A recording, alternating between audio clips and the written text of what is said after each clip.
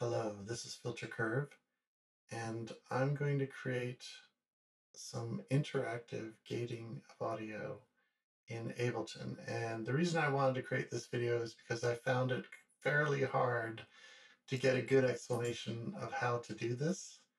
And the setup's a little confusing at first, especially when you aren't used to a lot of these parts of Ableton, but I will show you. It gets easier the more you do it. And so the first thing I want to do is I want to trigger a gate to open and close to let audio play or not play. And I'm going to do that by doing a MIDI input here from a specific keyboard. And when I hit it, there's the input coming in on the MIDI. We're going to have that trigger this operator. Now this is the default operator, which is very simple, one oscillator on. And it is doing almost everything I want, except that the velocity changes based on how hard I hit the key, and I just want it to be consistent. No matter how I touch the key, it's always the same now. So 0% there. And then I want to bring back the release to snap the signal off immediately when I take the key off. And all right, the signal level is -18, and I'm going to change it to be -12. So it's -12 now. Great. Then I'm going to use something to loop that we're going to be the thing that we're going to be gating in a moment. So to do that, I'm going to bring in a demo from the E Instruments Studio Grand East Village, which is already a loop. And it's just this piano playing, which is good and works good for this demo. Okay. And we're going to just say there's no MIDI input there. It's just going to play this audio, right? And now I've got something I want to be gating and something I want to trigger that gating. And what we're going to do is not put either of these into the master. We're going to turn them both off from the master. However, they still work. So I am playing this audio. This is sending this signal, but no one's picking it up yet. So let's get someone to pick it up. This is, call this gate audio. And what we're going to do is take in from the loop.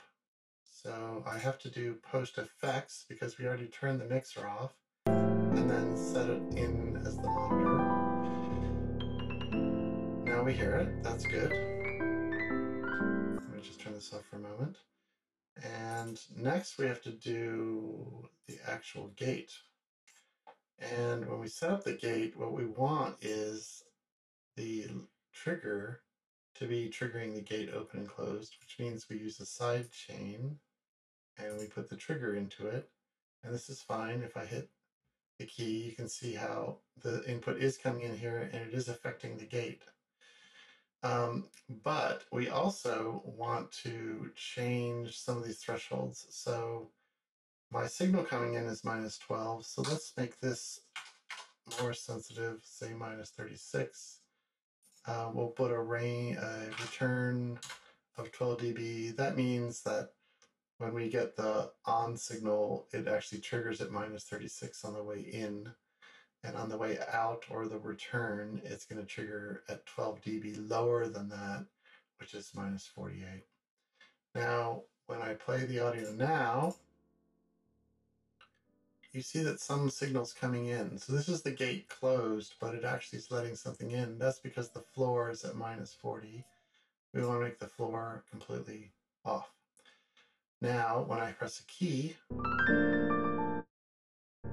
and I let go from the key, we're getting exactly what I was trying to do. Interactively gating this audio, and I can do whatever I want. So I can make the attack and release a bit smoother, and I can do my own little performance. Right? So depending on what the input loop sounds like and depending on what you perform here, obviously you can get a lot of things happening now, and this is a pretty good basis. Now let's make this more complicated, but easy to control. So let's put in an LFOTool. Now the LFOTool is, let's just make this a little bigger first. All right, the LFOTool is also multiplying the signal based on the rate of the piece. And we're going to change the shape to be a triangle. And then when I hit my key now, we're getting this repetitive rate. So my input can be like, do 3. Right, 3 at a time, and then I let go. Or it can be 2 at a time.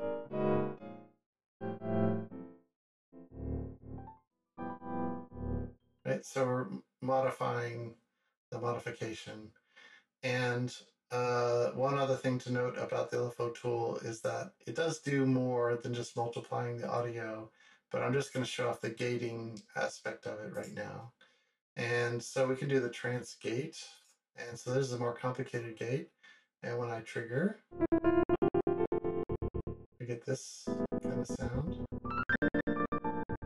And another nice detail about the LFOTool is that it can multiply itself out and do nothing, and we can choose the range. So that means that if I want to take it all off, and now my key is just going to bring in that track that we were listening to without any changes, and I can fade in that, right?